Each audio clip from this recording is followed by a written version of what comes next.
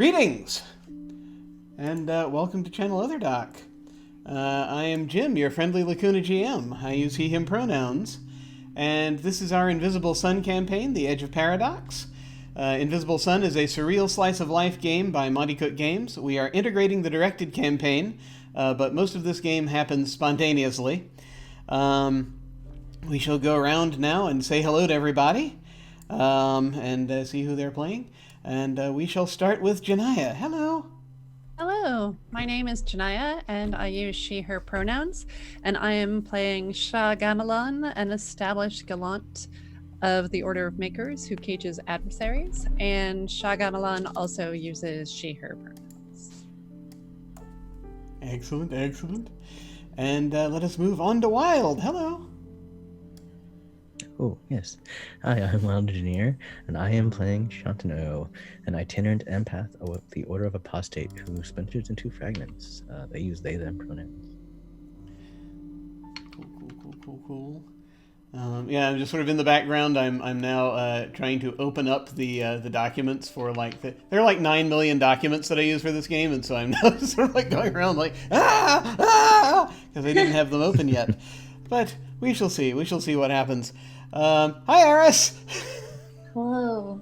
I'm back after many years being stuck at work on Saturday nights. But anyways, I'm playing Eroshka Ruzik, aromatic empath apostate who converses with everything. And both Eroshka and I use she, her pronouns. Excellent to have you back, both you and Wilde. And we shall now say hello to Anino. Hello.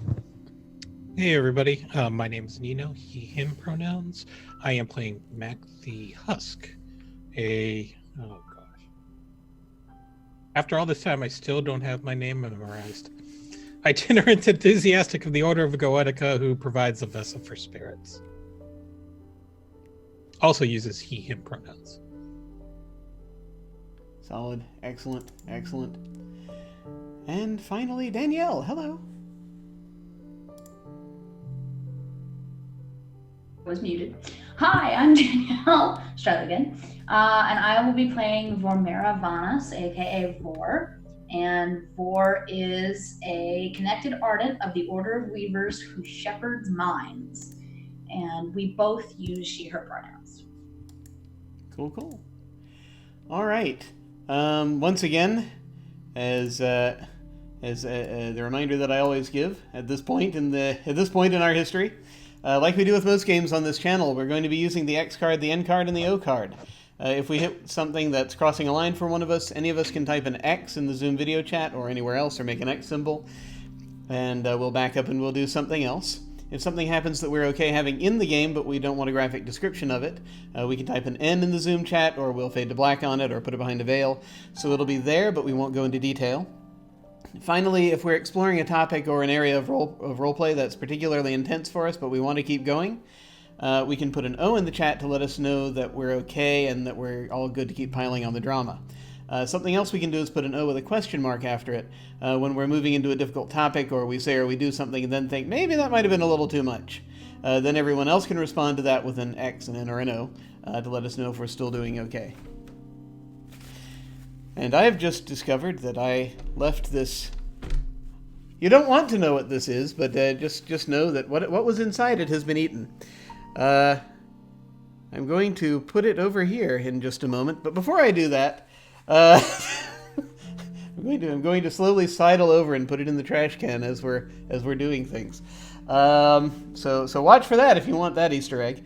But let's see what happened last time.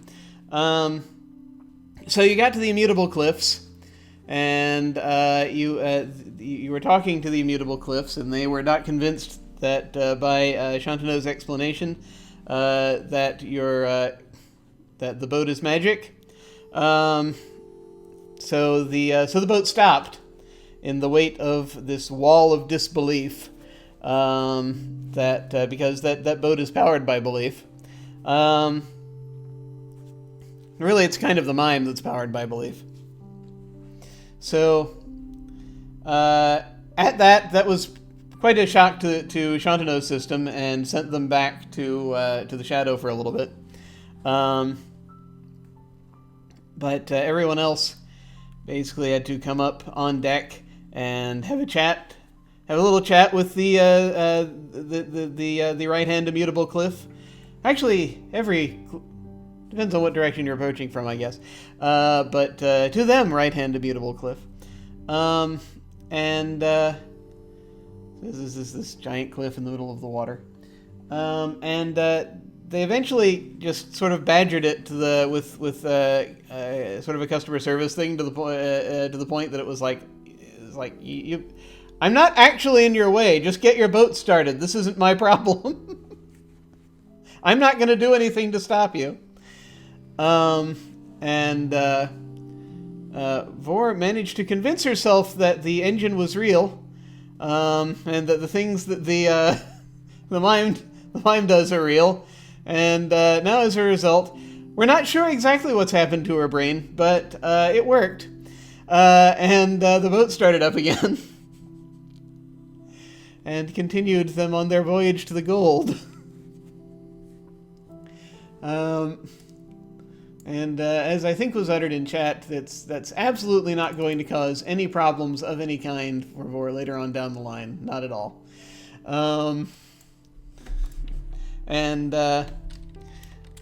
So, yeah.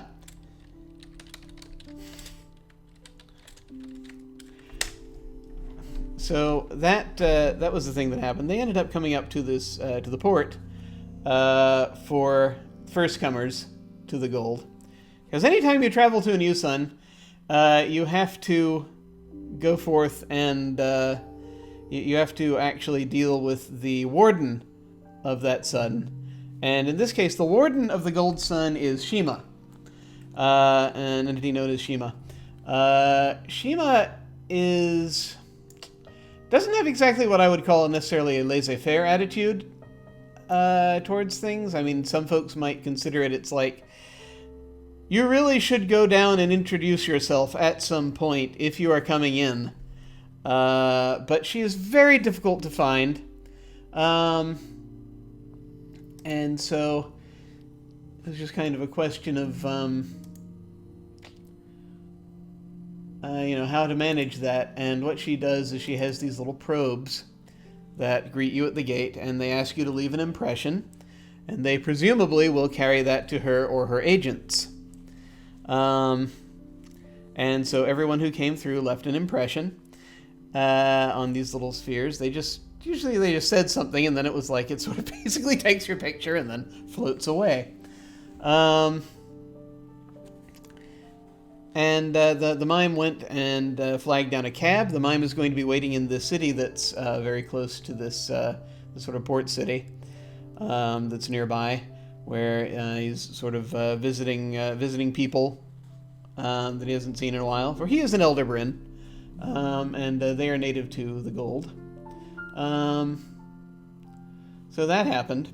But in the meantime, they wanted to make sure that the cabbie took them, or they wanted to at least engage the cabbie to take them to her Elegance, who is the one that this group of Elder Bryn were apparently rebelling against. And perhaps there will be more details forthcoming about that shortly. In the meantime, however, let's see. Which books did I need to have open? There we go. Okay. There it is again. Okay. That was kind of where we left off, with a sort of a preview that as folks sort of were getting out onto the highway, there is a highway nearby that spirals out across seemingly nothingness. This gold road that is constantly sort of twisting. And in the distance they saw this building. Just constantly, how would one describe it? They went out on the spiral road toward this sort of palace-looking affair that was constantly rebuilding itself. kind of having like Jenga blocks go from the bottom to the top or constantly replace itself, much like another structure that that Shaw in particular is rather familiar with, as it is her neighbor. Now, one thing I do want to know, however, is that there is a possibility to have been waiting in the city a little bit. If one wanted a little time to like catch one's breath or get something to eat or spend the night somewhere. So that is a thing if folks wanted to do it. So I think I need to ask those of you who are here, did you want to do something like that? Or did you want to just speed immediately on to her elegance? And while you're answering that question, I'm going to go off camera for just a second. I'd like to go visit her. I've Elegance. used 2 of my recovery rounds already. So, I mean, I don't know where everybody else is on their bene. But if we had rested and just left from the town to go, it wouldn't meta lose us any time, but we could refresh our recovery and our bene pools. I'm fine with that if we want to. Sure. If we want to take a little bit of time to relax and sleep a bit, and I mean we're not. This guy's is in a coffin thing, preserving him. Yes, he's like this right now. Yeah, he doesn't care. Is Shantano back yet at this point, or? Well, that's what we're going to address. Okay. Because that I needed the answer to that question to know how everyone else was going to reappear. The answer either way is yes, but I will need to kind of get into detail here. So I think what happens, therefore, so the mime let you know if you're so you're like say maybe spending the night in an inn somewhere, something like that. Does that work for you? Okay. Yes, they take you to a hotel, pretty much, and you can get a place for the night, and they'll store your prisoner, and you can get some sleep. And I think something that happens, it's kind of like going to be as the gold sun is rising once again.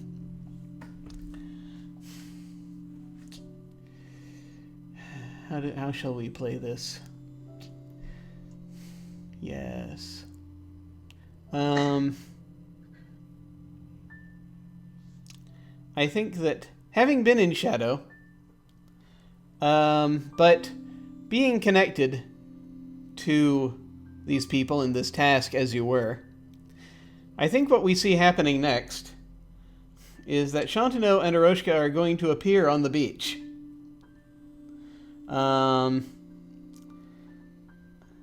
There is an archway, and there's this sort of this small port where there's this stretch of beach that leads up to this archway, and you see there's a gold sun overhead.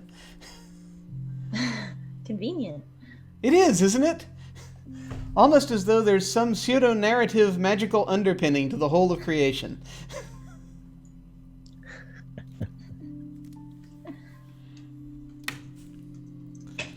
So you see this, you see each other. What would you like to do?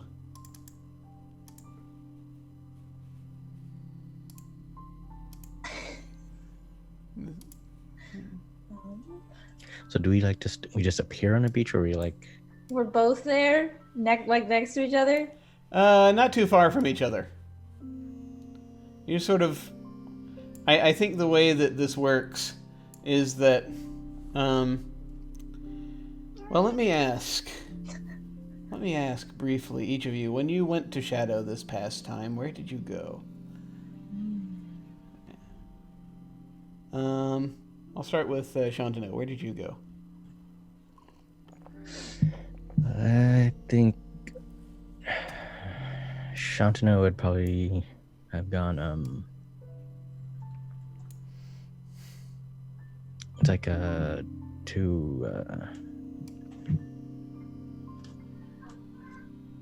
it's like probably off season, like because normally in the shadow they're a fisherman, so they'd probably be off shadow looking, waiting, because there's long stretches of time in between seasons, and so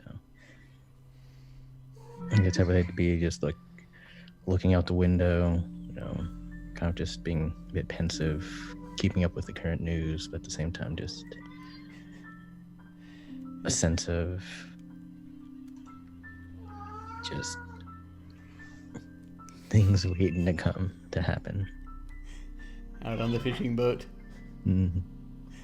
Like they'd be doing daily chores, cleaning up the fishing tackle, arranging things, gathering supplies, make sure the boat was in shape and whatnot. But it was all just busy work. Did they did they have like a team that they went out fishing with? Is it like that kind of fishing boat where they go out into horribly dangerous waters for like 2 weeks out of the year to catch crab, or is this? They would have one other partner who would, at this around time, they'd go off somewhere else to do other odd jobs by in the off time. So yeah, there'd be a little bit of communication, but not a lot. Okay, cool. Okay, that gives me one piece of information. Now let me gather the other. Arras, Arras and friend. No, I don't want to be held. Aw. Was I gone for like an equivalent amount of time? Like, It's difficult to say. Time is strange when it comes to Shadow in particular. And you try to correlate it with, it's Earth. And they don't have things like magic to help you to regulate time. So they just have to rely on the Earth rotating properly all by itself. So who knows when that's going to happen. So it's flexible. I kind of want to say like it would be a little weird, but like it didn't seem to me like I was gone for a really long time. Like maybe I just like showed up, like, I don't know, maybe at a zoo or something. I used to be a zookeeper, and I am in real life, but I'm also in my fake life. But it's just like, oh, I'm at the zoo and like wandering around looking at the animals, and now I'm on a beach. Oh, that's weird. Art imitates life, imitates art. So I think as we're sort of fading in here, I think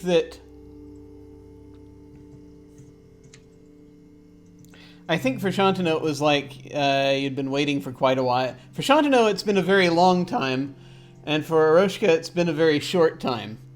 And so I think Shantano, one day you get up and you go out and you just look at the ocean, and it's a different ocean. And then suddenly you're back in, but you're in the gold and you're standing on a beach. I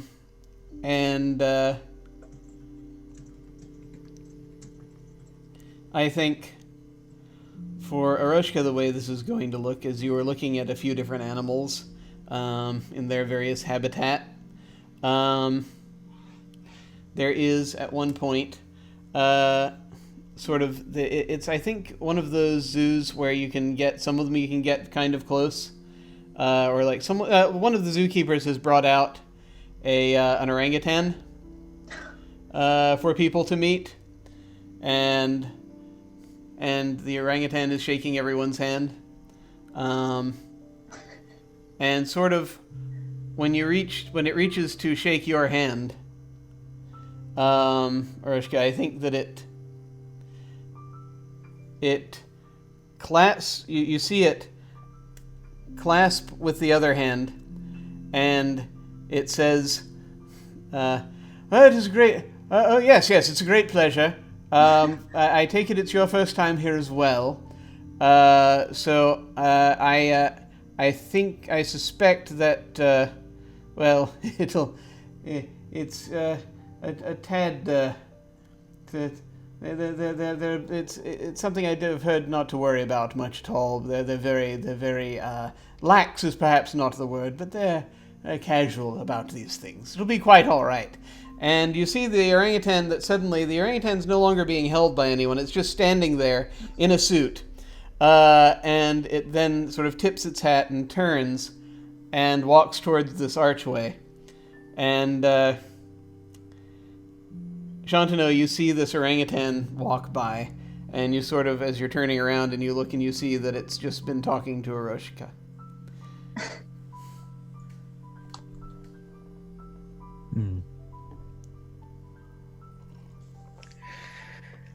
So I'm not the odd one this time.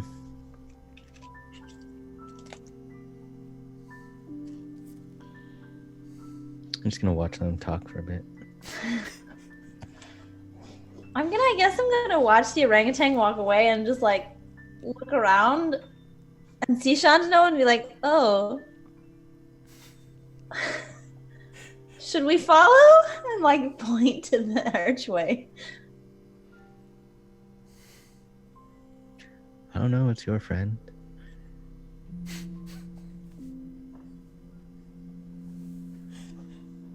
I don't think it is, but let's follow it anyways. Roshi has a moment of like, am I friends with that orangutan? I don't think I am. How much do you remember from the shadow? You can remember most of it. It does feel a little bit like a dream, but it's kind of like remembering a dream, but at the same time. So some bits feel more important than others, but you can remember, however much of it you like. Awesome. I remember being bored.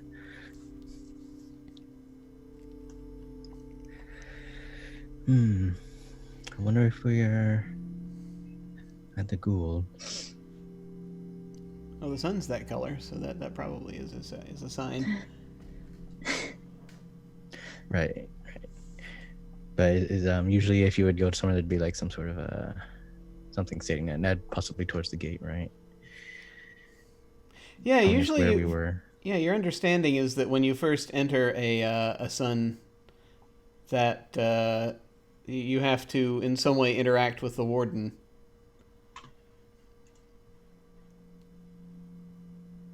Of that sun. And you see there are people here at this port that are going through, everyone seems to be moving toward that archway. Well, okay then. Beyond it, you see a road leading to a sea. Everything is everything's kind of in motion to an extent. The archway is fairly stable. But there are little sort of paths in the sand that are kind of winding back and forth. And when I say they're winding back and forth, I don't just mean that they were made to wind. They are, in fact, moving. Wriggling a bit. Well, if we're in the Gould, perhaps we should try and find the rest of the group. That's true. They were supposed to be coming here. I guess we were supposed to help, but If I remember correctly, I did help. I had a really good conversation about how things didn't really exist. Interesting. Well, that's good. I guess I helped too. I introduced everybody to the mime. Oh yeah. I hope it was useful. You're a Anyways. very interesting fellow.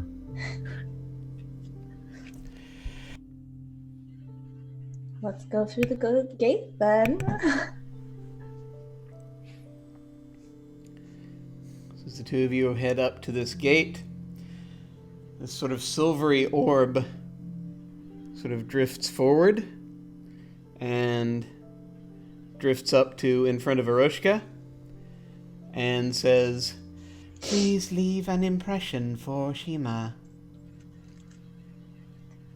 Okay.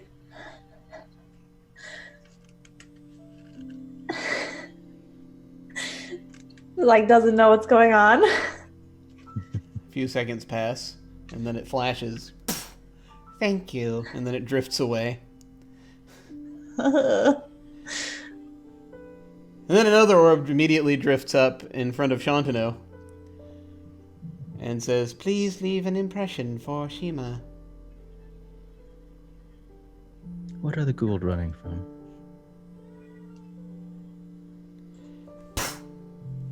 Thank you. And it drifts away.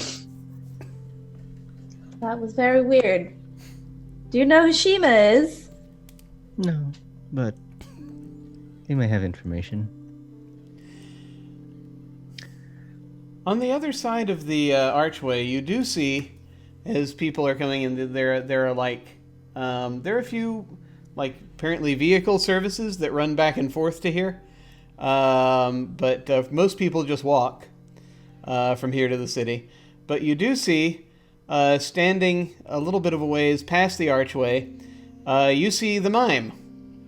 And he is holding up a sign. And he's wearing he's basically he's wearing like a long coat, and a scarf, sort of a frilly sort of scarf, and he's smiling, and he's holding up a sign. And as you get closer, you see the sign is blank. Well, I'm gonna go over to him anyways. And he's like, and as you come up, and then you get like right up in front of him, and he's like, I act as if this is a totally normal interaction.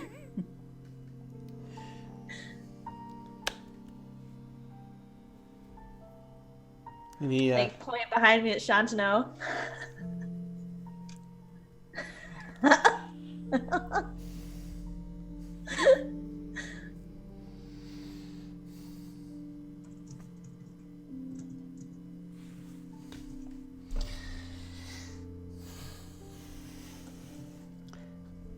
and then the mime turns, and he holds up a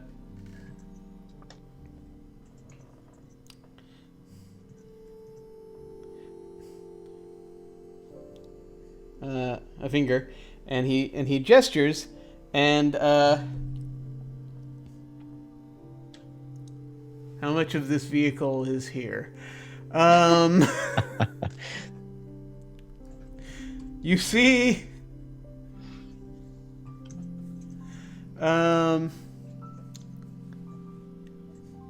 yeah. So yeah, you see this thing that looks like one of those three-wheeled motorcycle type contraptions. I can't talk. Motorcycle-like contraption with it's like got these sort of bucket-like seats in the back behind the operator's seat. And he's like, and he heads over and he gets behind the handlebars. I find a way to get in. And you realize now that his coat is actually sort of a leather coat, and the scarf is like an aviator scarf. And he picks up this helmet, and he lowers it down, and he puts these goggles down, and he's like, he's ready. I'm like, Shantano, are you coming? Sure. Where exactly is Aroshka sitting? I don't think I've actually sat yet. I'm just like, okay. Get on this thing. Oh, there are two open seats. I'll Is sit one in like whichever one is closer to the mime. Yeah. Is one like a sidecar? Well, they're kind of how do I haven't described this very well. So they're kind of like two bucket seats that are right next to each other behind. If you imagine this car to look like a shape, the shape it would look most like is this vehicle, bike-like vehicle to have a shape. The shape it would most resemble is a triangle. The The mime is at the one point of the triangle, and then behind the mime is space for 2 bucket seats that are right next to each other, side by side. Okay. Well, I guess I'll move further in to the bucket seat then. It's like a bench seat bucket type, just like one long 2 seats. Or is it? Well, like I mean, two? they're 2 separate. They're 2 separate little chair-like things. Separate buckets. Yes. I'll move to the furthest one. I feel like I'm using the word bucket seat incorrectly. I should have Googled it first to make absolutely certain. This is Bucket what I seats get are for the trying to ones part. that are individual, like Yeah. you know, my parents got bucket seats so that like the kids would have a space in between them. Yes. Okay, I was using that correctly then. I think. I don't know.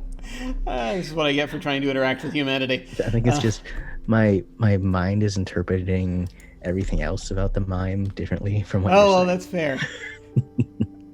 No, that's fair. That's fair. Well, that's the thing. That's what mimes are all about in many ways. So, but yes. So that happens, and I think then that the mime will take off, and the vehicle itself is very quiet. You are hard-pressed to figure out if it has a motor or not. It's probably best not to think about it too much, because no one else seems to be saying anything as this thing speeds along.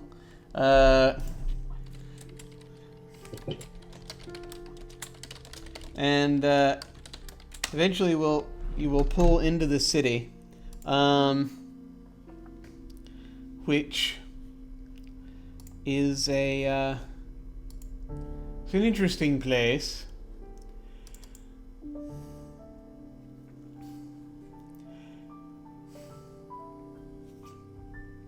Looking sort of thing. It's just sort of this this odd sort of port city where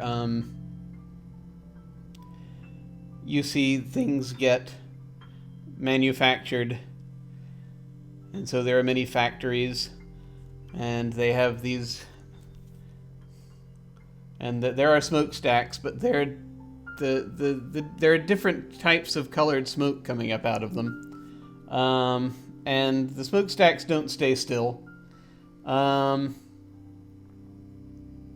Sometimes it's not even smoke. Sometimes it's like firework type things. It's very odd. But no one seems to be troubled by it.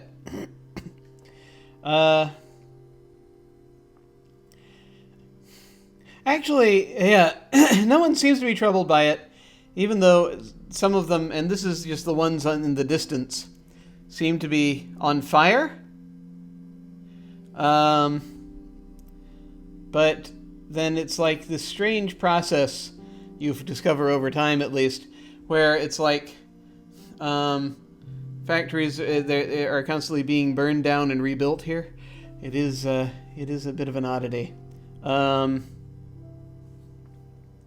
for some reason, the sky is fine. There's not like a bunch of smog necessarily over this city. You think that probably has something to do with these strange sort of dragon-looking things that are circling up above. Like, there are one or two of them. They're kind of big, but they're sort of hard to focus on. But they sort of appear out of clouds every now and then. And they seem to breathe in any fumes that come up from the city. It is very, very weird. You're not sure what's going on there.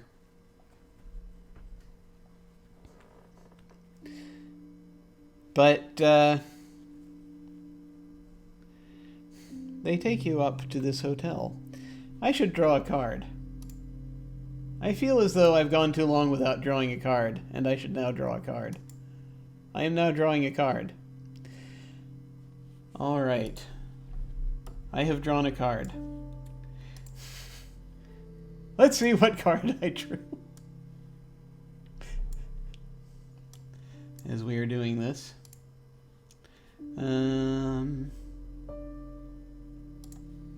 Okay. The card is the incriminating skull. I don't know if we've had this one yet. It's the Five of Secrets. Its meanings are disaster, discovery, evidence, connections, friends, family. The skull is uncovered, revealing a long-buried wrong. It is evidence of a crime. However, the skull was once a person, and that person's family and friends missed them. That's very interesting, given something that was going on in the back of my head.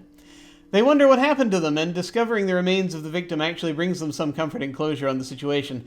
The evidence that is uncovered might be the result of a long investigation, or it might be entirely accidental and inadvertent. It might be something that people have long searched for, or the remains of someone, or something that no one even knew was missing.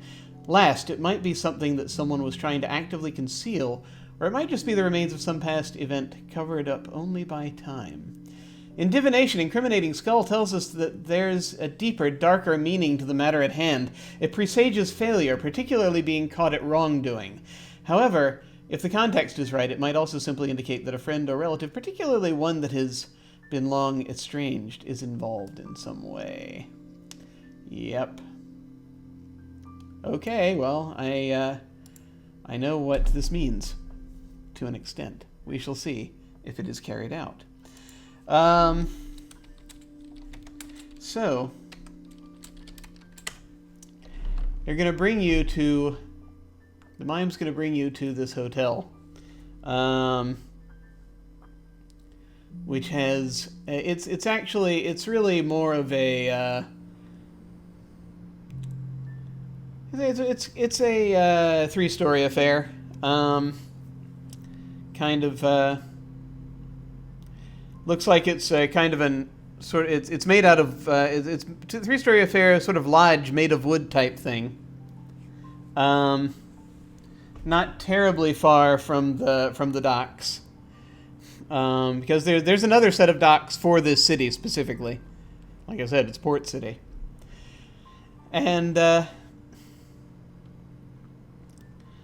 you see it has these 2 pillars, the top of which are carved images of ravens, just kind of looking down. And this is the hotel where apparently your friends are staying. So the mime is going to drop you off so that you may be reunited with them. Let's find out what they've been doing.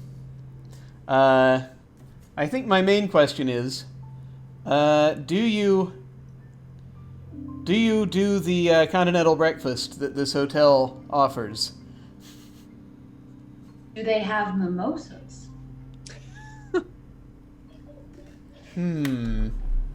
Because if so, the answer is wholeheartedly yes. So they have these things. I think. So there is a bar in the hotel restaurant, which is, again, it's more of a lodge. It's like a sort of a. It's weird, right? Because, well, I keep saying that, and then I have to look and remember what game I'm running. But it's like this big sort of breakfast nook, although it's sort of is antithetical to call it a nook, except whenever you sit at a table, you feel as though you're in a cozy nook.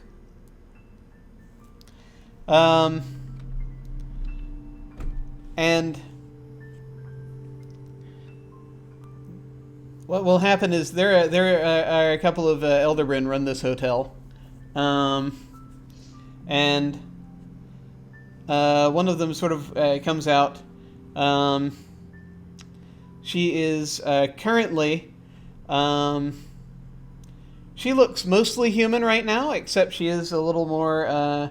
She has some slightly some blue fur on her face, and the backs of her hands.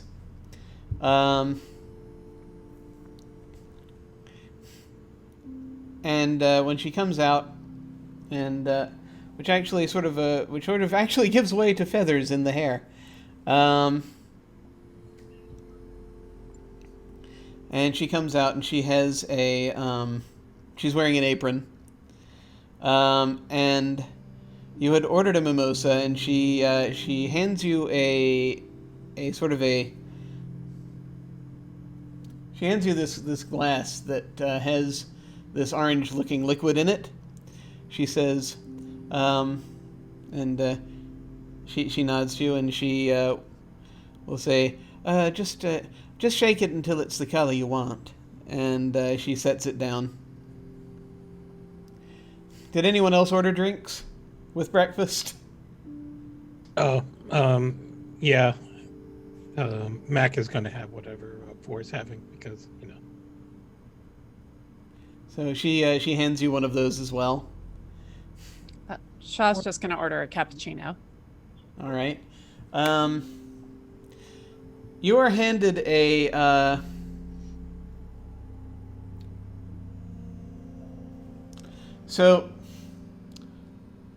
you're handed this mug, or this mug is set down in front of you, and the froth appears to be. There are two halves to the froth that look slightly humanoid, and they're fighting each other right now.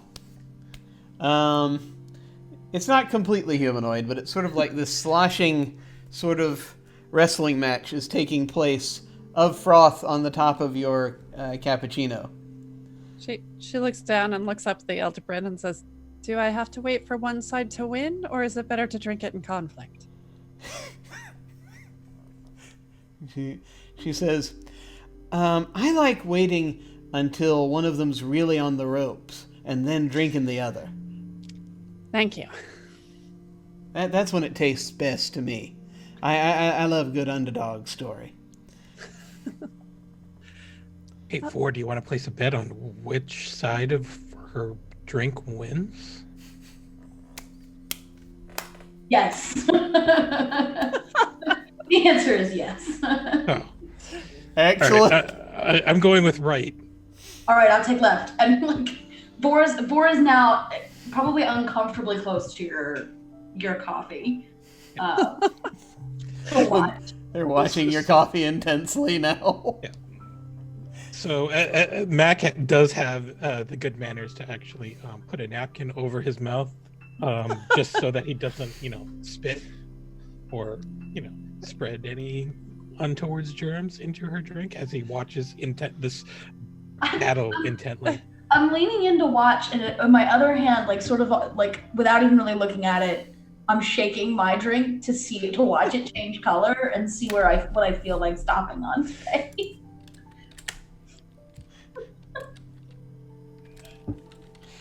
So, she is preparing to take your order for breakfast.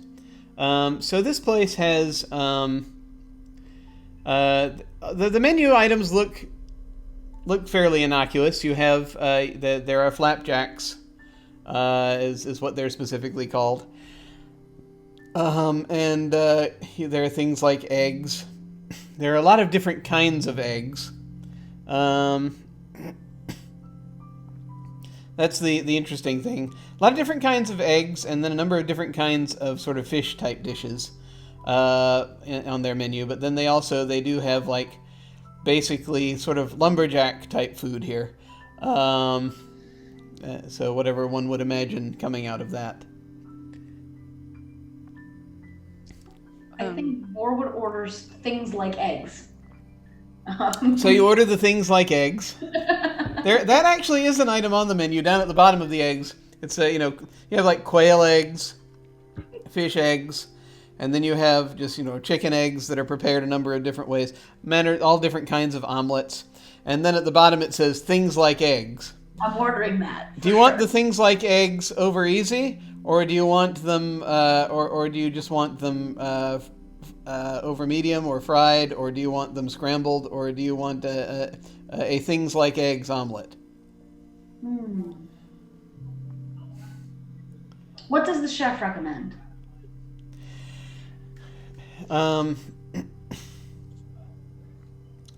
She's Well, he's just been taken to poaching quite a lot lately. If you're interested in that, we can do that. Yeah. do that. All right. I'll have the things like eggs poached, please. Things like eggs poached. All right. As Jim once again realizes he's doomed himself to writing down people's food orders. How did I come to this? How? Oh, we got several episodes in without it happening. It was time again. What would everyone else like? Shaw will order a bowl of fruit. Okay. Bowl of fruit. And is secretly hoping that it's the crazy, cool, multi-fruit fruit that she saw when she came in. Might be. And it actually is on the menu. It actually says bowl O apostrophe fruit.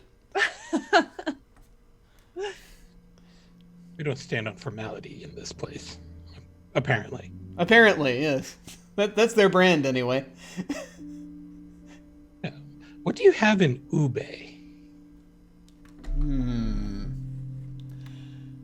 So, Jim is going to have to ask you to explain what ube is. A purple yam. Okay. Ooh. Ube. He says Googling. Okay. I have Googled the purple yam and I come to understand it greater. All right.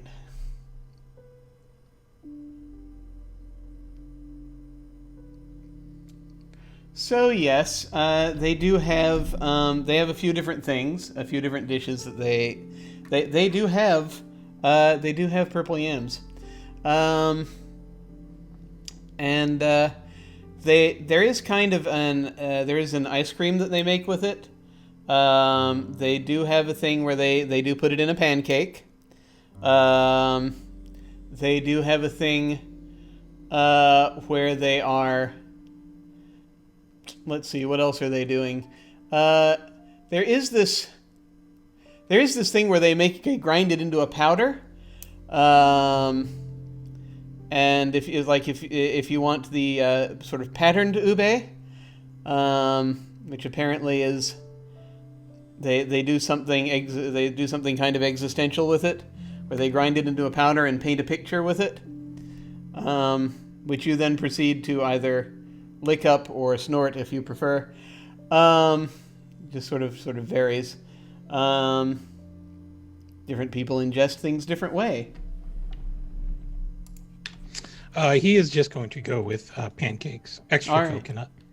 Pancakes, extra coconut. Ube pancakes, extra coconut. You got it. At this point, Aroshka and Shantanu are sort of gone inside, and you've kind of spotted them at a table in this sort of dining room of endless breakfast nooks.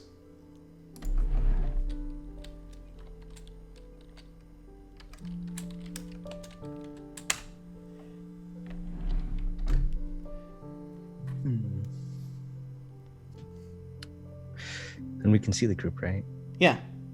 So Might as well. Shantanu would just go and sit with them, not saying a word. Just pull up a chair and just sit down. Oh, you're back. The mime didn't come with us, right? He just dropped us off, and we were like, "Thanks." Yeah, he just dropped you off. He has stuff he's doing. Okay. But, Well, Shantanu might not say anything, but I'm gonna be like, "Hey." So we're back. Aroshka. Aroshka? I see the mime thing worked out. What mime are you talking about?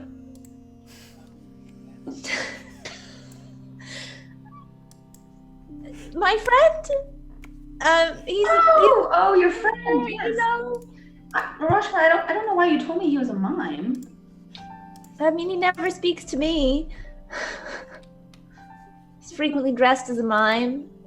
I Not think he was always. fine. Well, in any case, I see it's worked out. It's a bit of a story, Aroshka. For another time. Okay. You should sit down and have some breakfast. Yes. Sounds like a great idea. Yeah,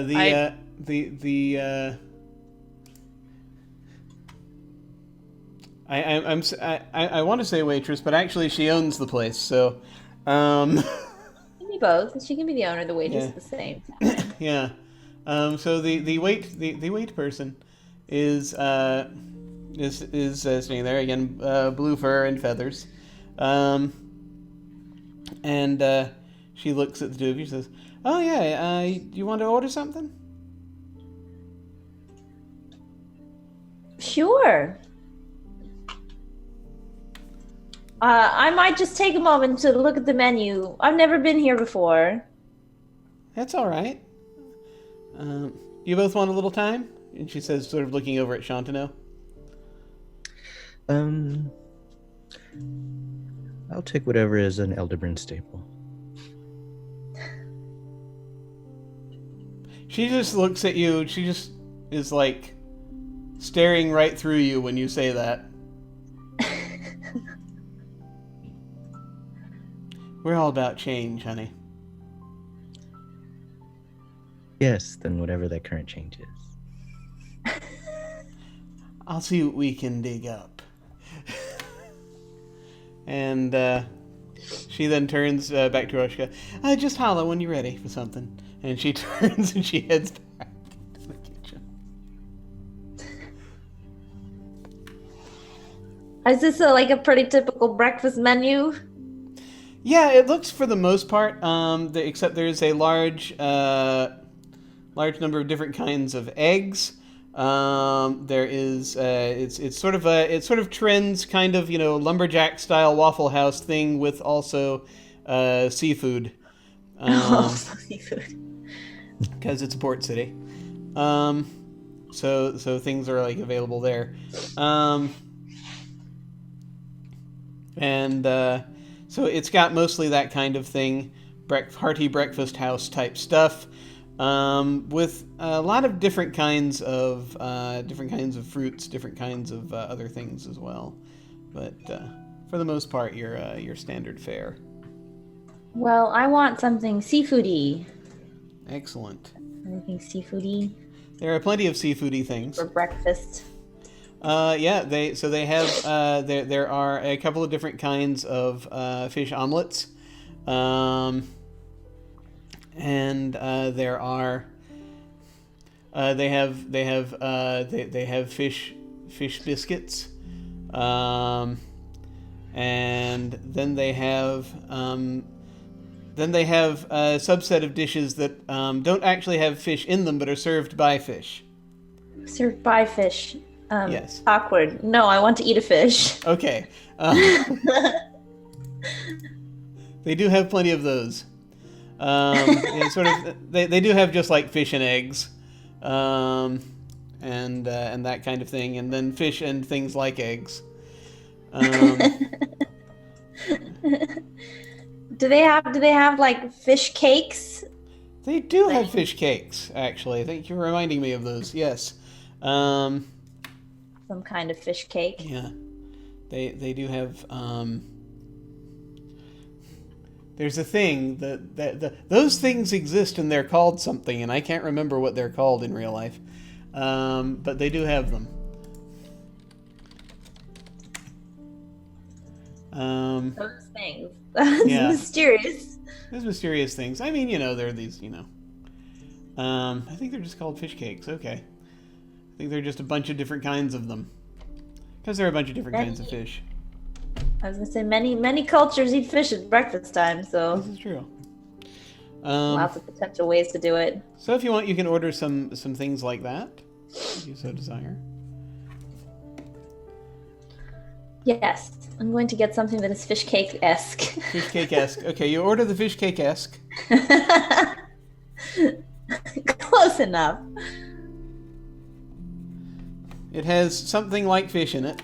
No, it has fish in it. It's really the cake that is esque. They bring it out. They'll bring it out. Well, when they bring it out, it'll have layers. But otherwise, it's like fish cake.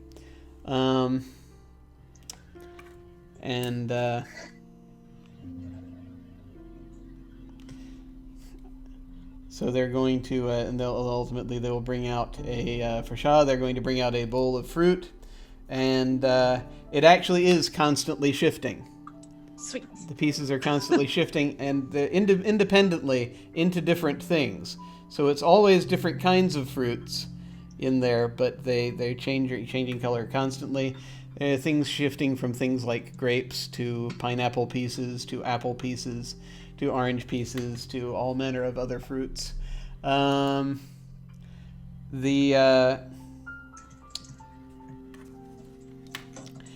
ube pancakes come out. They are purplish in hue, and they are sitting with diced coconut atop it and 2 halves of an open coconut shell on either side. Is kind of how they're presenting it. So they're presenting it with more coconut if you would like more, basically. And they have a little extraction device you can use to get at it that kind of grabs and shreds. So it looks almost like a fork, but it does more, and it moves on even seemingly of its own accord. Things like eggs come out, and they are poached. I am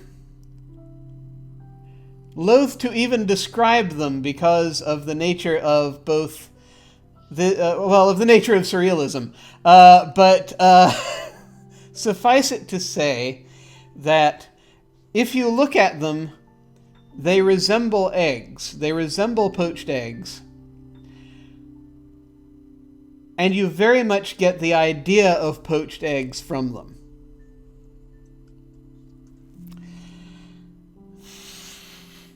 Vor digs right in. She's very adventurous. It's, they taste like hard work and eggs. As they should. I feel like something that tastes like hard work probably tastes good. Like, it's like exhausting, but you feel good at the end. Like, It is work. Yeah. Trying to get it down, but there's a feeling of inner satisfaction after you complete it. Yeah, I am gonna be so energetic today because of these. That's right. Shantano,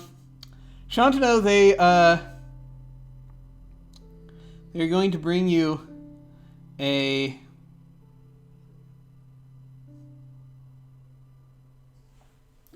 So you hear this kind of wailing, this low wailing approaching, and you see they have brought you a bowl of cereal or gruel of some kind.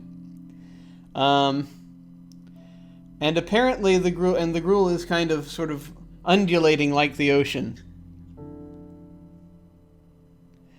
And apparently this is the gruel of inner turmoil. That is just what Shano needs. Oh. Inner turmoil. I don't know if I've experienced that yet. I'll start eating it. So you're a little conflicted after the first bite, but you feel as though you should probably keep going.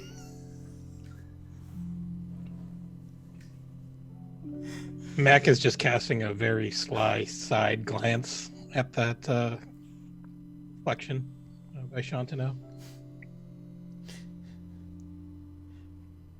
I think I've described what everyone gets at this point, I hope. Oh God, I hope. I think when Shantano notices Mac, he's like, "Oh, would you like to try some, Mac?" No thanks. I'm still actually trying to ponder the fact that Monty Python is actually incorrect and coconuts do migrate. And he's just going to poke at the coconut a little bit just to get it to move a little bit more. Also, just to update everyone, by the time the food arrives, the foam with the broader shoulders appears to be winning. I think that Shaw actually, while everybody's been ordering and everything else, because she's a little antsy, has kind of engaged in something that if anybody noticed, they might be a little bit disturbed by, and that she kind of like sips an arm off of one of the winning one, and then watches and tries to see how that changes the fight, and then knocks down the other one a little bit. I would imagine that Vord and Mac are watching probably pretty closely. The real question is, the one with the bigger arms, was that the left or the right? Because I think I took the left and Mac took the right, right? Right, Yeah. we need these details. They're kind of circling each other, so it's difficult to keep track of their foam, but we will, for the sake of argument, refer to the broad-shouldered one is more on the right, and the one on the left appears to be a little bit taller. So I have the one and he has the broad one. Yeah. So yeah, you get this strange kind of sort of almost one-on-one Sun Tzu microcosm as you're watching these two things circle each other and try to get the upper hand, and they're constantly morphing as well. That's the thing, is that you take an arm away at one point and then eventually it'll grow back because it's foam. But it looks as though slowly over time they both get sort of smaller and smaller as Shaw does this. Yeah, I think she might poke at one with a pinky finger and see if that distracts it. It totally will. And after a little while, I think as people's food arrives and she realizes that Vor and Mac are just staring at her, she'll be like, "Oh, I'm sorry," and wait for one of them to kind of almost go down, and then drink the one that's about to be the winner and leave the guy who was about to lose in the cup. Okay. So I've got a very important task for you, Shaw. I need you to flip a coin for me. Oh. Or you can just roll a d2 to decide who it is that wins. Who is which number? You may assign them if you wish. So 1 is left and 2 is right. Okay, I can't wait. All right. So the taller one it appears to be the. Now wait a minute. Just to be clear, Shaw, is this the one that you want to be the end victor, or the one that appears to be the victor? It's the one that's still there. Okay. So I drank Afterward. the one on the right first. All right. Okay. Yes. So the tall one, the one left, that one wins. Vor actually doesn't. Celebratory, and then drains her glass, which is probably a bluish color. It's it starts trending more kind of so my assumption is that the default for mimosas is sort of the orange thing, but you can perhaps make variants on it with other fruits. That is what happens here. When you shake it, it changes to a different color. And then when you can keep doing that until it hits whatever color you want. So you have been drinking a blue fruit, which are very rare.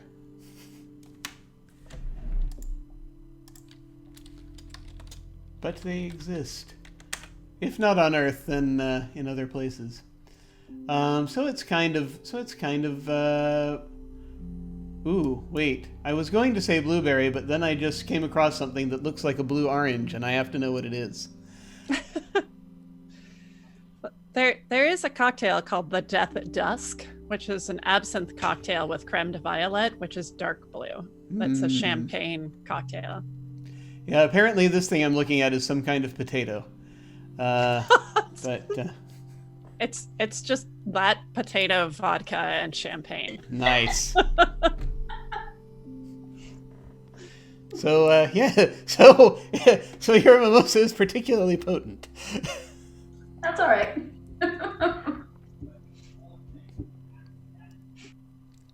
So what are you all doing? Well, I'm eating my food very quickly and being like, we have to go. All right, Shaw. I think we should probably take this thing before, I don't know how long those chambers last, and then, I don't know. Shaw will go right after this. Let's finish our food, and then we'll get right in a taxi or whatever they have here, and Right. go I'm straight sorry. to the relevance. I'm being impatient. I apologize. It's okay. Is everybody close to done with their food?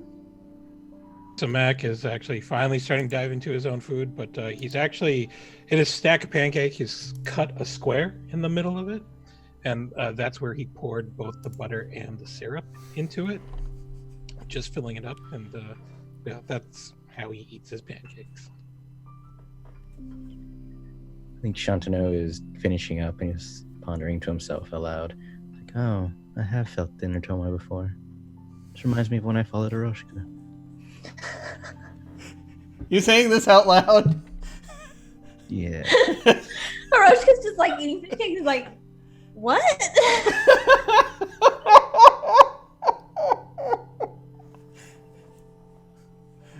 Oh my god.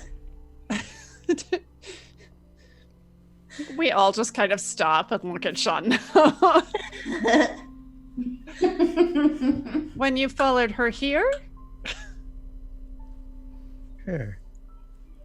Anyone I could taste. Just the last couple bites. No thanks, I'm full up on inner turmoil. Inner turmoil.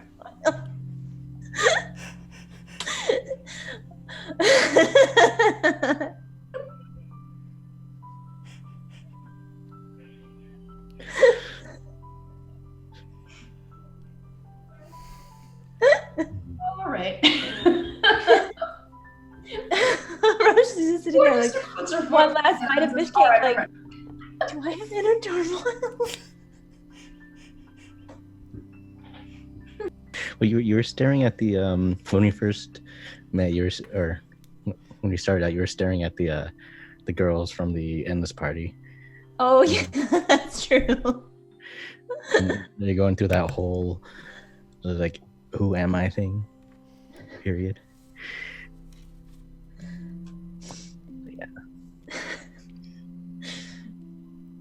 Roshka just never thought really very hard about it and is now like, I guess that's accurate. Things you learn hanging out with Shantanu. He gives you names for all the things you're feeling.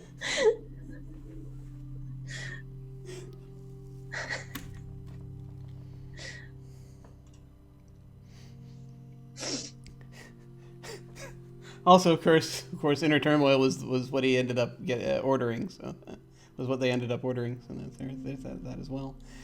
The gruel of inner turmoil. Like the ocean, sometimes it settles, and sometimes it creates mighty tidal waves. It's hard to know. I'm sorry. Yeah. So I take it that I'm. Of course, this is a player-driven game. I'm just here wanting to find out what happens. So we can assume that you managed to complete your breakfasts without too much difficulty. It is hard work, but it is satisfying. And you do have a cab that the cabbie will come back and take you up the spiral road to the unshattered tower if you so desire. I think we so desire. That was Okay. the planned desire to have.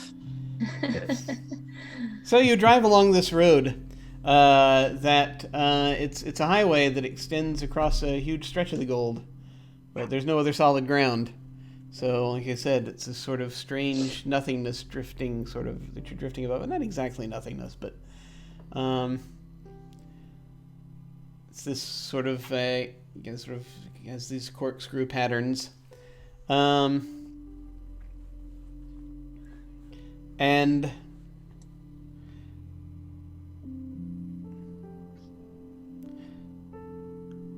this is so he can get you there quickly.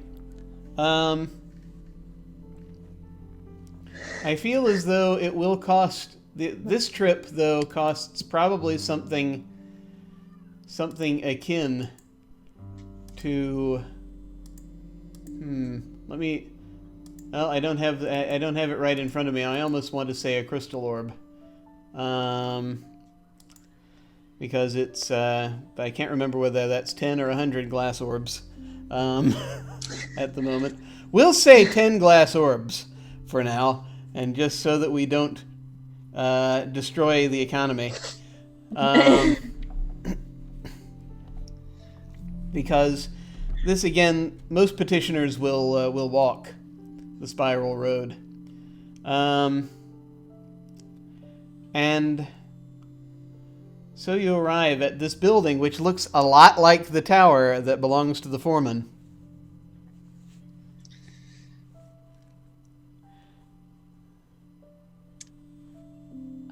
I think as we're coming up, I walk up to Chateauneuf because Chateauneuf's been so fascinated with the Jenga tower, and be like, does this look exactly the same to you? Like the way that it moves? Or does it move differently? You studied the other tower more. This one looks less random, more purposeful.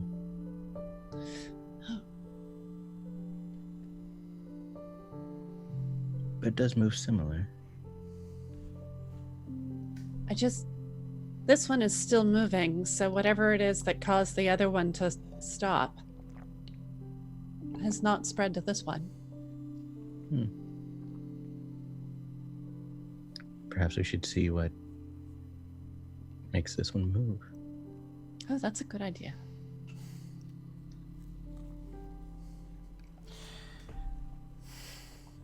So there are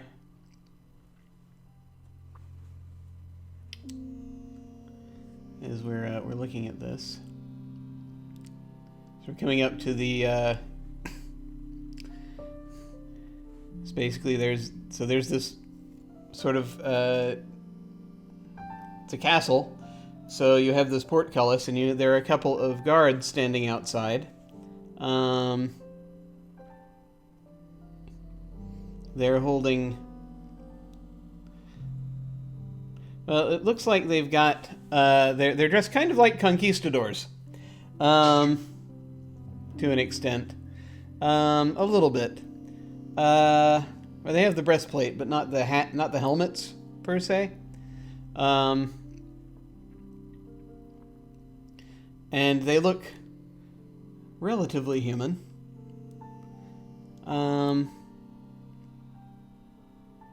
And they're not standing still, though. They're just sort of they're kind of chatting with each other as you approach.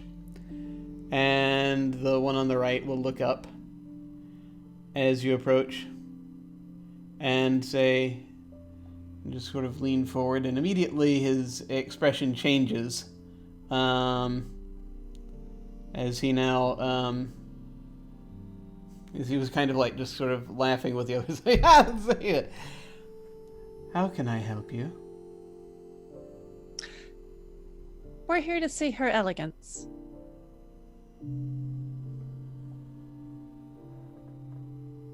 And says, have you an appointment, ma'am? No, but we have a gift. Ah, she likes those. What have you got? And pull the towel off the stasis chamber. An enemy. And Mac is just going to gesture at it, all fancy and Vanna White-ish. I'll join Mac in doing that as well, so we can do it on either side. He looks and he's like, right. And he will turn and he will pull a cord, and you hear this sort of these bells going off in the tower. It's not an alarm exactly, but you hear these chimes. And you see A ringtone. it's a ringtone. You see this. You see this lady come down. She is wearing a thing not unlike a power suit. Sort of a gray suit. And she has steel gray hair as she comes down. And she'll come out and sort of step forward and look at all of you and say, and she will look at your prisoner, and she looks at that, looks at yeah. And who is this?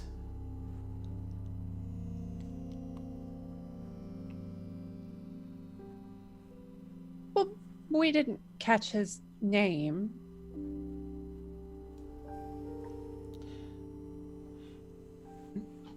This is, I am given to understand, a gift for her elegance. Of a sort. It's an enemy, you stated, yes? Well, that's what we heard.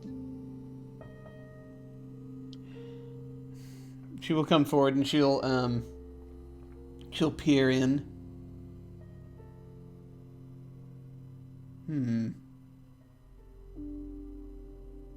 Ah. He was quite the party crasher. Interesting. I know this one. Oh, do you know their name then? Yes.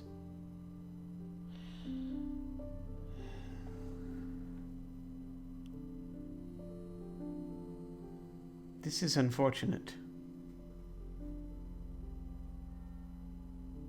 Do come in. And she turns and heads into the courtyard. I turn to everybody and say, I'm not sure that this is unfortunate and do come in as a good thing or a bad thing. Well, guess we're gonna find out. I mean, there's no backing out now, really. Okay. Vor will just walk in, like twirling her sword cane, like completely at ease, putting on a bit of a front. Nothing to worry about. This is totally fine. Nothing If anything, it's possibly quite bad's going to happen. If anything, it's quite interesting. Yeah. That's true. Shaw will push the cart in. All right.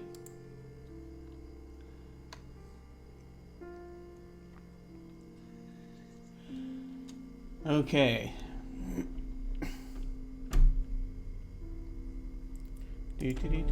Sorry, I have to flip to appropriate pages for what's about to happen. Haha. I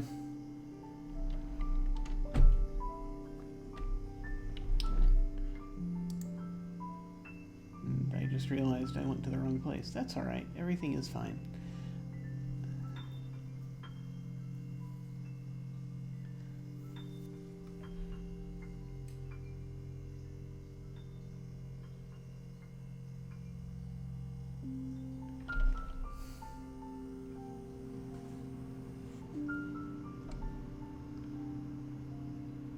All right.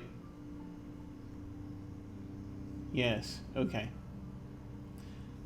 All right. Sorry, I've just had to figure out how the world works for just a moment, and there we are. Okay, back to what we're doing. So, as you enter this place, and you're sort of shown in through the courtyard, and inside you see sort of the main palace. It's really more tower-like. Things are sort of shifting. The front door itself actually is a thing that shifts. But she will go up and stand before it, and press her hand. She presses her hand to it, and steps back again. She just steps away from the door, and a block near the top comes out and sinks down to the ground, turning sideways as it does, and there is an archway portal into it. And she turns and she gestures and says, "Oh, this way, please." Of course, thank you so much. Follow. You all come in. I presume you're still wheeling your captive. Yep. They actually will... She'll grab a couple of guards to help do that, actually, so that you don't have to do it. Do you let them? I don't think so. I think that Shaw would be like, no, I've got it. It's fine. Thank you, it's fine. So it's yourself. She goes in.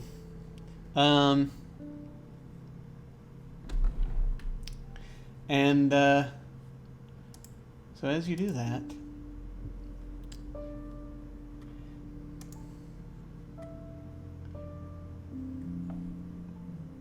you come into this, it's kind of a sitting room.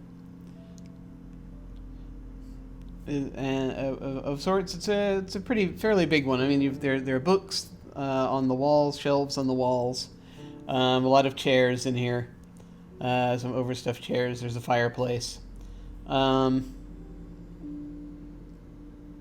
you see, but there some of the chairs are a little bigger, and seated in one of the chairs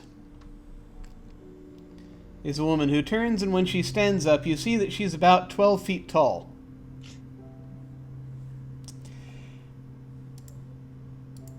She has, right now I would say, and she has this slight sheen coming off of her. And she has... There are a number of attendants just sort of flitting around with little wings, sort of cherub-like, that are come around and are constantly adjusting this long gown that she has. One of them is carrying this thing that looks like a big sort of headdress. And Shah, you have seen this person before. Or, well, you've seen a statue of her. Perfect. She rises, and she looks around. Greetings. And greetings to you, Shah Gamelon, is it? Indeed, your elegance. I execute a really terrible curtsy. It's lovely to see you again. That was an aspect of me. It was not myself fully. But I do think, perhaps, that I did say that we would meet again, yes? You did. Good. Did you enjoy your fruit? Yes, I did very much. It was delicious. But yes, it was delicious, but I guess I was concerned that maybe something would change, and nothing much changed yet. But change is slow. It can be. It can be, quite. And these are your companions. Yes, these are my friends. Mac the Husk, Arushka, Vormara, and Shantano.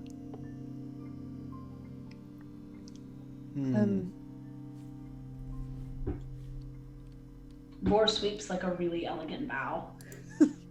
The exact opposite of whatever it was that I managed to execute. Arosha's gonna be like, "Are we all bowing now?" And Vor whispers back, "It's polite." Yes. And Shantano's just staring up in fascination. Your elegance, you see that I ended up meeting you through a party, and then I ended up back at the party, and then there was an altercation with some beings, party crashers. She kind of She- looks at Mac. She drifts toward you. Her attendants drifting around her with her as she goes, and he comes toward the chamber and she looks down into it. That party, I've heard about it. It's something of a nuisance, but it's interesting. Oh. It didn't seem like a nuisance, but they were a nuisance. Yes, they were trained to be. Huh. Oh, Ilk, what happened to you? This person's name is Ilk. Yes. Huh. An ilk of what exactly? That was the idea. Takes on the features of those he's around sometimes. He's very good at that. I was quite disappointed when he went and joined Paris.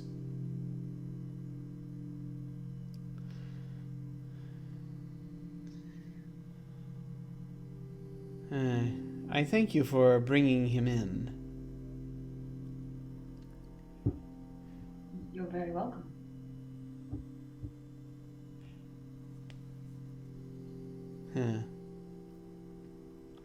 Well, I shall have to spend some time determining what went wrong with him and working it through. Well, we He was just knew meant some. to be more of a liaison, you see. Really? Yes.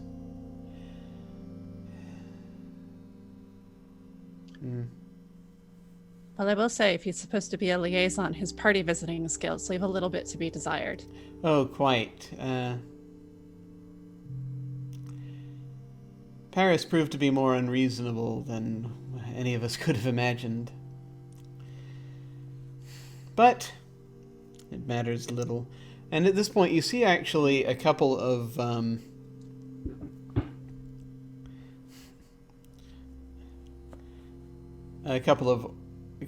you see actually, well, yeah, here's how she does this.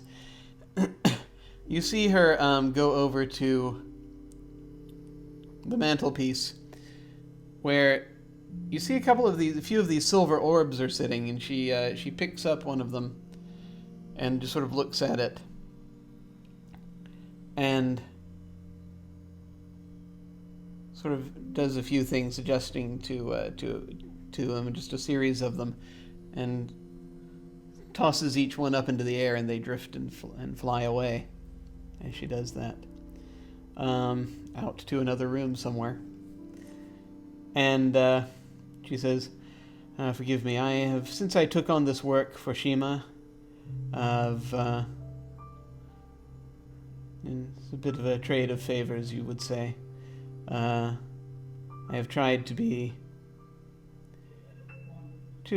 catch up a bit on some of the records she is behind on, but yours were all very interesting impressions. You seem in search of something. Now, you have done me a favor, and I am inclined to do something similar. What are you in search of?" Well, I'm looking for a missing street. Same here.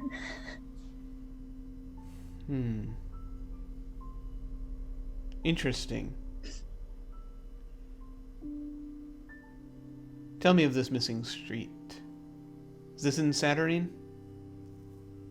It is. It's a street called Limerence Street. Do I remember that I used to live there? Yeah. I'm gonna say that then. I'll be like, apparently I used to live there. Ah. Someone I know used to live there as well. Oh, yes. Apparently still lives there, except the street isn't there anymore. Yeah.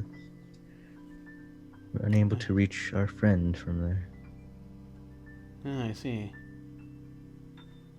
Huh.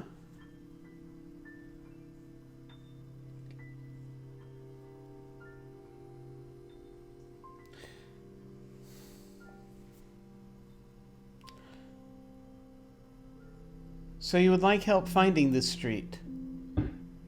Very much. I see. Perhaps, and she's picking up the. As she's been doing this, she's been picking up each of these spheres and just sort of glancing at them. Still, as she's sort of looking at them again. Perhaps she stops, looking at one, and she looks over at Aroshka. Now, I've been to Saturnine, but I have not been on. It's interesting. I'm getting the impression you used to live in a house that was shaped like a book. Is that right? Yes. I had a little bit of a falling out, and there was some. Well, I didn't really like the house very much, and it didn't really like me very much, so I left. It's funny. I've got the impression. I think. Huh. That is interesting.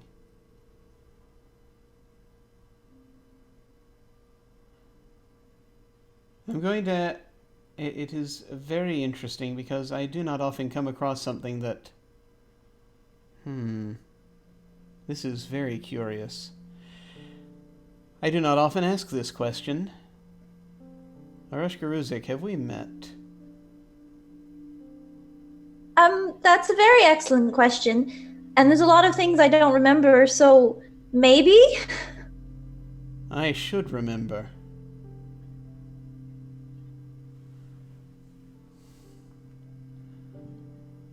Something has been removed. Erased from history.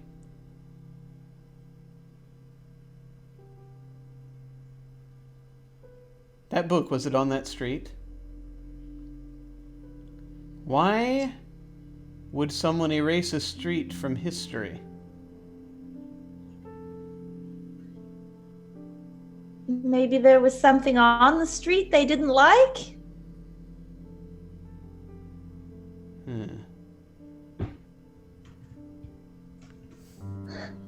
Strange. Oh.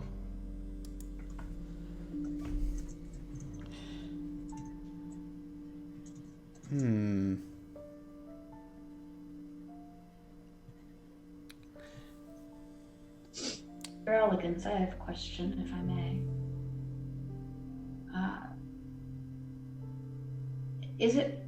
Is there an organization capable and willing to get rid of an entire street if there was something that they disagreed with?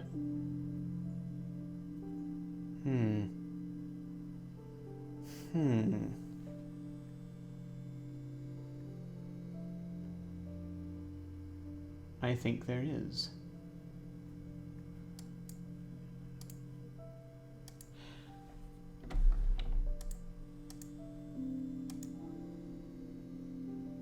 I just need to check on something in order to give the proper response.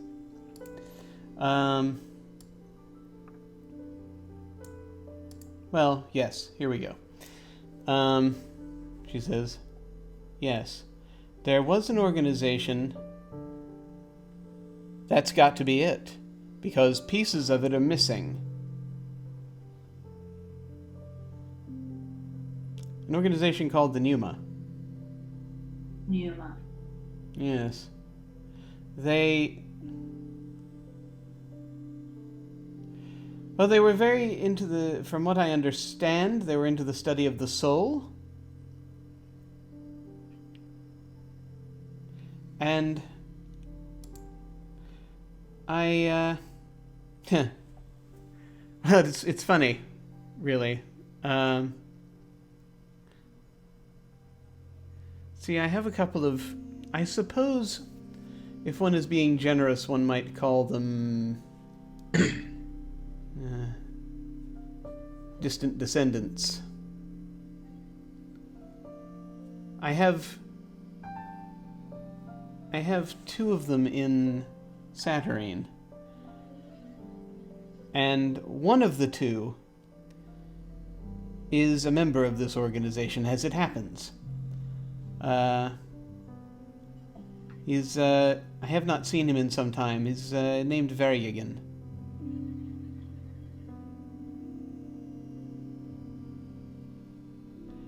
They study the soul, very much the nature thereof. That's my understanding of what he would say.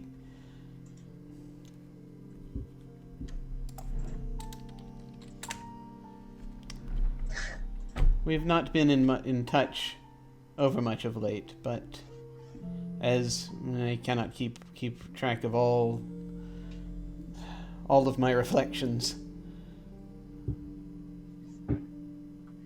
But he was one, and he was of the Pneuma. The Pneuma would be capable of doing something like this. Oh yes, well they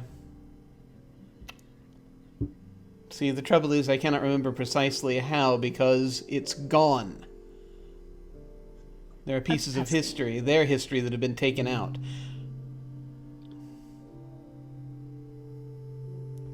But I can direct you to Varyagan if you wish. That would be most helpful. Oh, certainly. I will say that at least one of you has heard this name before, but I will not get into the do you remember specifics, because I can't remember to whom I said it at this point. I can indeed do that.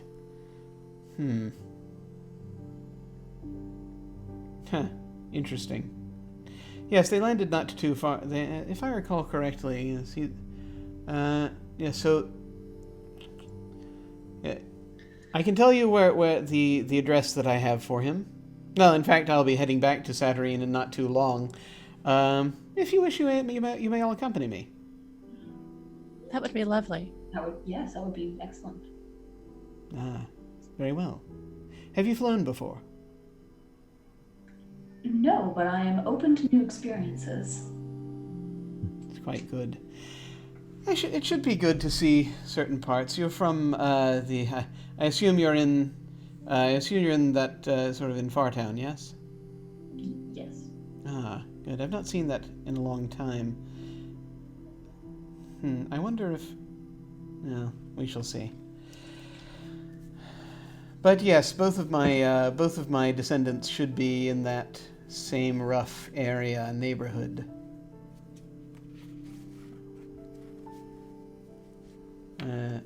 At least as far as I'm aware. Varyagan was mostly looked inward and well, Foreman looked outward always, and had a tendency to try to, well, he tried to recreate this. He was quite adamant about it. Oh, we've met. Oh, have you? Yes, he's my next door neighbor. But I mean, that's the other problem that we need to deal with after the street, is that, well, he seems to be missing as well. Oh, they finally got him, did they? Well, perhaps. And the tower has stopped moving. Ah. Do you know what that means? He is being suppressed. Well, that sounds unpleasant. Quite. Well, yes. It is not pleasant, but then the Church of Midnight isn't very. I And thought the that's- problem was the Numa. Oh, these are two separate things. Well, they could be related. There's... The Church of Midnight is the they you spoke of. That. Yes. Foreman was not, had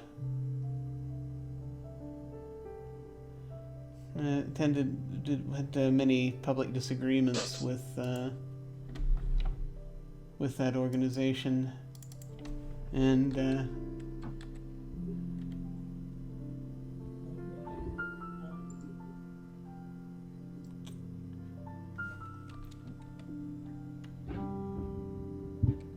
there were certain works that, my understanding when last I heard, Foreman was working toward something with a church of order of sorts that he seemed to be near him somewhere, and so trying to build some sort of bridge or something, and the Church of Midnight didn't appreciate it, and he got into many arguments with Infalosa, their leader. And she does not like him very much. And she never did. See. Well, he was very hard at work on something that was very important to him.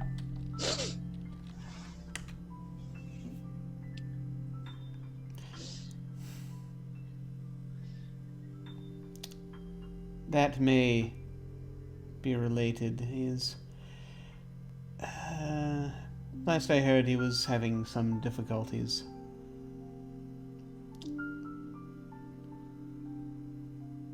Very well, then. Let us head back. If you are prepared, I shall be leaving in an hour or two. Yes, we'll just need to send a message to our friend in town that we're going to be heading on. Oh, very good. That's easily done.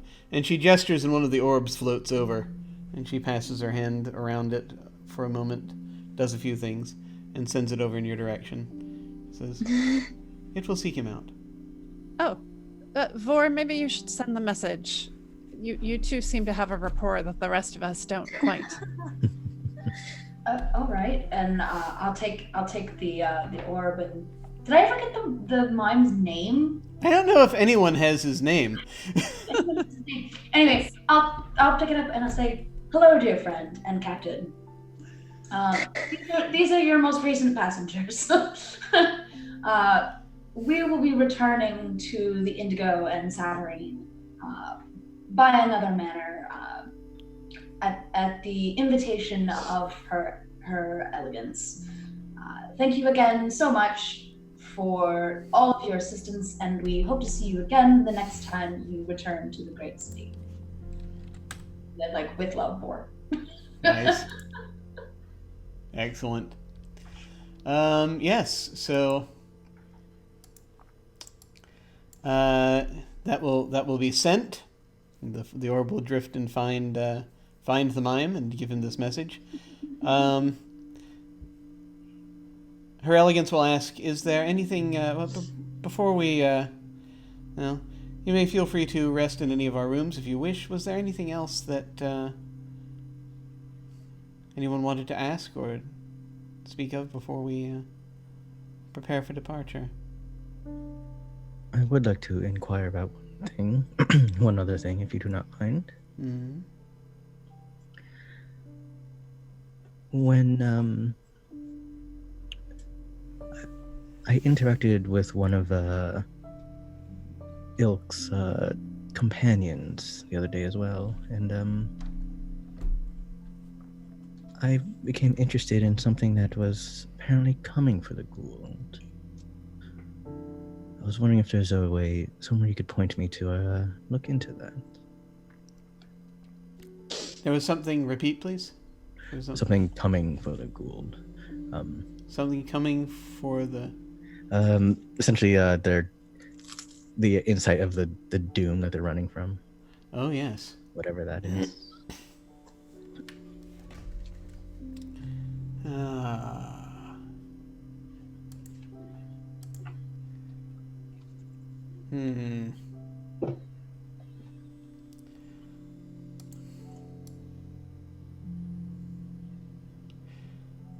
She looks into the middle distance for a moment.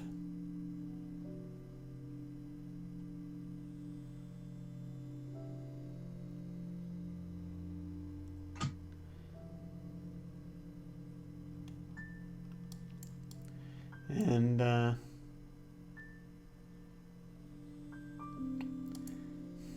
as she's kind of looking, sort of scratching her chin. The future is difficult. It is, well, it is not set.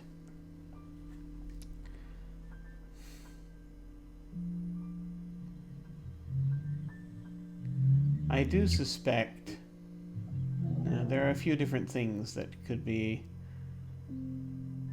a warning about.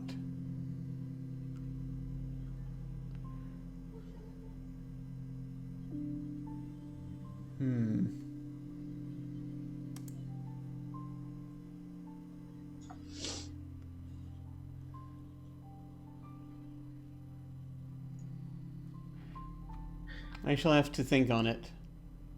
Is this something I can use on the hidden knowledge points I have for?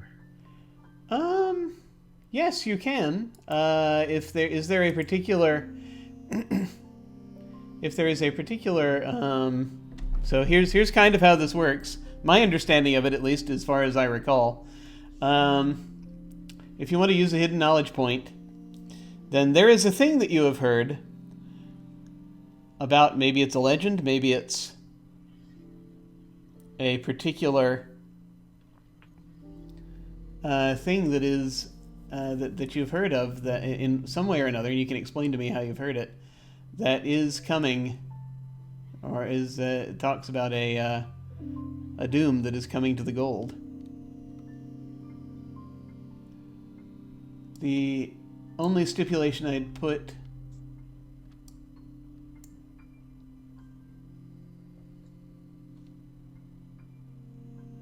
is that this might be something coming up from the night side of the gold, but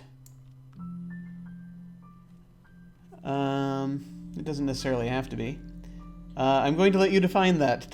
So you can tell me what it is that you've heard.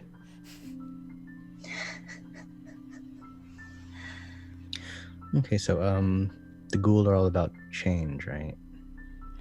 Yeah, the gold is very much the gold sun is very much about change and rebirth. So remaking of self.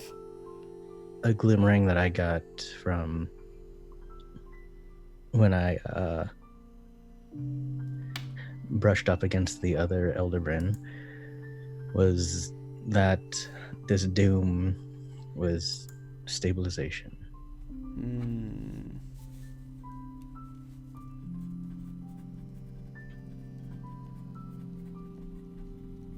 Okay.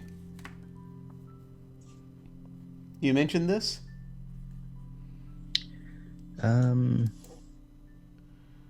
If I did, it would be something in private. Okay. You will have an opportunity, as time goes by, to speak to her privately, if you wish. In the meantime, however, what I will say is that you will, in a little bit, be whisked away from this place on by winged creatures. In a sort of a sky chariot.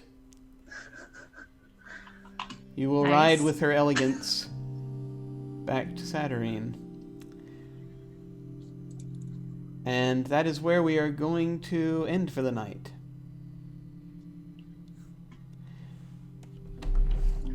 So we're going to go around and we'll go ahead and do our outros so that we can get folks to where they need to be. So we will start with Danielle. Hello, everybody. I'm Ray Raconteur, also known as Danielle. You can follow me for fun and nerdy things, everything from TTRPGs to books and movies. video games. I've got it all covered. As far as their TTRPG stuff, I play on variant roles on Wednesdays and Fridays. Wednesdays I DM Dungeons and Deductibles, a fantasy insurance game, where they are investigating some really nasty symbols and that are related somehow to insurance fraud. And on Fridays I play Harmony Ward in the Dresden Files RPG game over there. It's taking place in Portland. I'm also Tuesdays at 6:30 in Scraticus, where I run the Fire Elements. My players are currently romping through the elemental plane of air, so definitely no danger of falling to their death. I don't know why you would say that. So yeah, that's not at all. Awesome. I'm sorry. And did you have any thoughts you wanted to give about the session, or? I think Vor has found a new role model. Elegance. Her elegance is definitely goals. Nice. Excellent. Anino. Hi, my name's Anino. Best place to follow me is on the cesspool known as Twitter.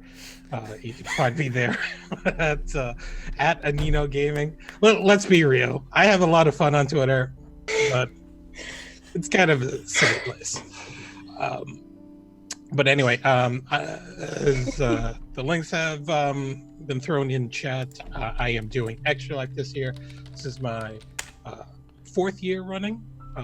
Reached the initial lifetime goal of 10K, and so now we're just trying to round up to 5K for the year, and close things out on a pretty strong point. You can donate by clicking the page. I've got a number of different prize giveaways. If you want RPG books, or any game you want, really, for $100 or less, that is one of the giveaways. And, we've got a Nintendo Switch ready to give away once we hit the $5,000 mark. So we're getting there. Next, I'm actually going to plug something apart from the cesspool known as Twitter. Next Saturday, October 12th, is my birthday. And I'm doing my marathon stream starting at 10 p.m. on the 11th and continuing on through basically Invisible Sun on the following day. But before that, I've got a very special Dresden Files one-shot being GM'd by Origami Shuriken on my channel, where I actually get to play alongside Jim for once. So that is going to be exciting. My character has a food truck, so and he's also a spy that works for Marconi. So things will be a lot of fun and very, very silly. So tune in for that. That is probably going to be the only real interesting part during my marathon. So if you're going to tune in and say hi, do so at 2 p.m. Eastern in the afternoon. And yeah, we'll see what happens. Excellent. I'm very much looking forward to that. I got to get my character together real fast for that one, figure out exactly what's going on with that. But I am really looking forward to that. Awesome. And Arras. Hello, I am Arras. I don't have nearly anywhere near that much stuff to talk about. This is the only place I'm currently playing online where you can see me. Hopefully I won't fall into the abyss of after hours working stuff again. You can find me on Twitter at Animus Panthera. I am a professional zoologist in real life. I love talking about animals, tabletop games, cosplay. That's it. That's all I got. Excellent. Yeah, we're just gonna get through the rest of the outros because we have we're going over tonight, and there's we got to get folks where they need to be. Let's move over to Wilde. Hello. Yes, hi, I'm Wilde Engineer. You can find me on Tuesdays on Greyhound Channel for some D&D, on Thursdays on Welcome to the Party for some masks, and I run a game of masks on Welcome to the Party on Fridays. Here on Saturdays, on this upcoming Monday, I'm actually running a 10 Candles game on Into the Party for their side quest channel, and I'll also be running a 10 Candles for Jim on the 20th, I believe.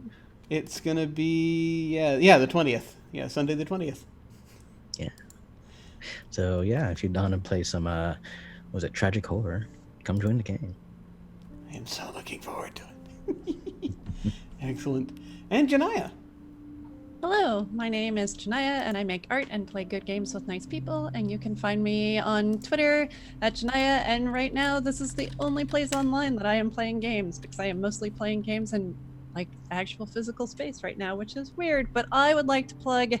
You have a few hours left to buy the Games for One packet that JL Nice Girl is putting out, which is a selection of solo role-playing games. And if you haven't found the joy that is solo role-playing games, it will make you a better player, and it will also just be really good for your heart and your soul. So I suggest checking it out. That's it. Yes. And I enjoyed the session, as always. It was great. Yes, please go forth and check out Lauren's games. She's a very good jail nice girl. She's quite good at what she does. So me, yes, I'm Jim. You can find me at OtherDoc on both Twitch and Twitter. My website is jimyesthatjim.com, where you can find my Geek Observation podcast and links to my various other podcasts, audio dramas, writings, and such. I've got links down below to my website, Twitter, and YouTube channel. YouTube is all cut up. You can actually go see everything there. Everything that's ever happened on this channel. So if you want, you can go there. That's also at OtherDoc, basically. If you just go to YouTube and search for OtherDoc. I'm the only one there, I think. So what's happening here today? As we did today, tomorrow early evening, we have a one-shot of Tall Pines, which is a surreal murder mystery game, very much in the vein of Twin Peaks. Very much looking forward to that. It's a GM-less game. We're going to have Don't Rest Your Head starting up event. It landed on Tuesdays, it looks like. It's going to be Tuesday nights. That's happening after trying to sort of cobble everything together. So that's when we're going to be doing that. So that's our mini campaign we're doing of that, sort of a horrific game about nightmares and running from them. And then back around to Saturday. On Saturday, I will be over on Anino's channel. We're going to be playing Dresden Files, one shot. I'm very much looking forward to it. Got to figure out who I am. And then, of course, that evening we have more of Invisible Sun, The Edge of Paradox. Very much looking forward to it. Sign-ups right now are still open for 10 Candles, which, again, that's coming up on the 13th and the 20th. Those are the one-shots we're doing then. I'm going to be running the first one, and Wilde will be running the second one. So feel free to come sign up. Still got slots open for that. As always, beginners are welcome. You can click on RPG sign up below, or go to jimyesthatjim.com and click on game sign up, and you can get in on those. As always, beginners are welcome. Well, when we hit the end card, we are going to go ahead and send a raid over to Arras, who's got Dungeon World going on. There is always awesome role-playing in that campaign, so I urge folks to check it out. So feel free, if you would like, to hang on with us when we get to the end card and go raid them and say hello. That, again, like I said, is when we hit the end card. Well, folks, thank you all very much for watching. Take care, and I will see you next week. Farewell.